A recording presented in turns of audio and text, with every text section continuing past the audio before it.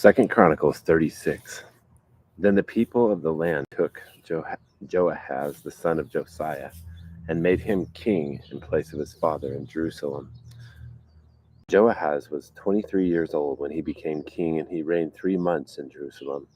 Then the king of Egypt deposed him at Jerusalem and imposed on the land a fine of 100 talents of silver and 1 talent of gold.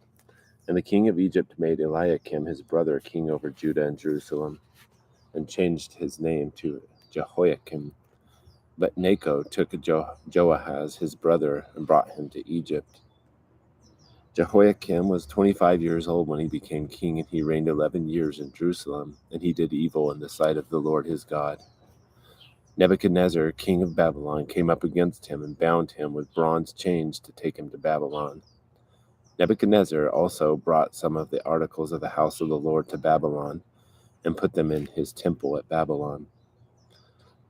Now the rest of the acts of Jehoiakim and the abominations which he did and what was found against him, behold, they are written in the book of the kings of Israel and Judah. And Jehoiachin his son became king in his place. Jehoiachin was 8 years old when he became king, and he reigned 3 months and 10 days in Jerusalem, and did evil in the sight of the Lord. And at the turn of the year, King Nebuchadnezzar sent and brought him to Babylon.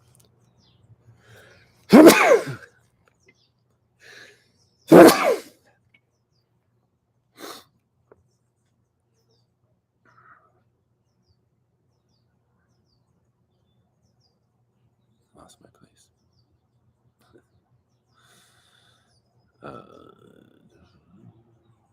Jehoiachin was 8 years old.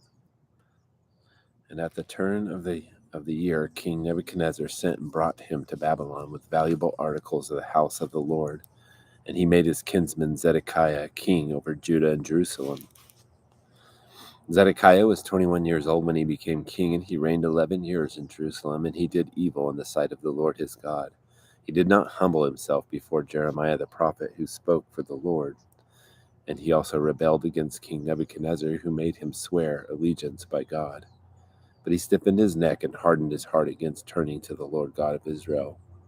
Furthermore, all the officials of the priests and the people were very unfaithful, following all the abominations of the nations, and they defiled the house of the Lord, which he had sanctified in Jerusalem. And the Lord, the God of their fathers, sent word to them again and again by his messengers, because he had compassion on his people and on his dwelling place. But they continually mocked the messengers of God, despised his words, and scoffed at his prophets, until the wrath of the Lord arose against his people, until there was no remedy.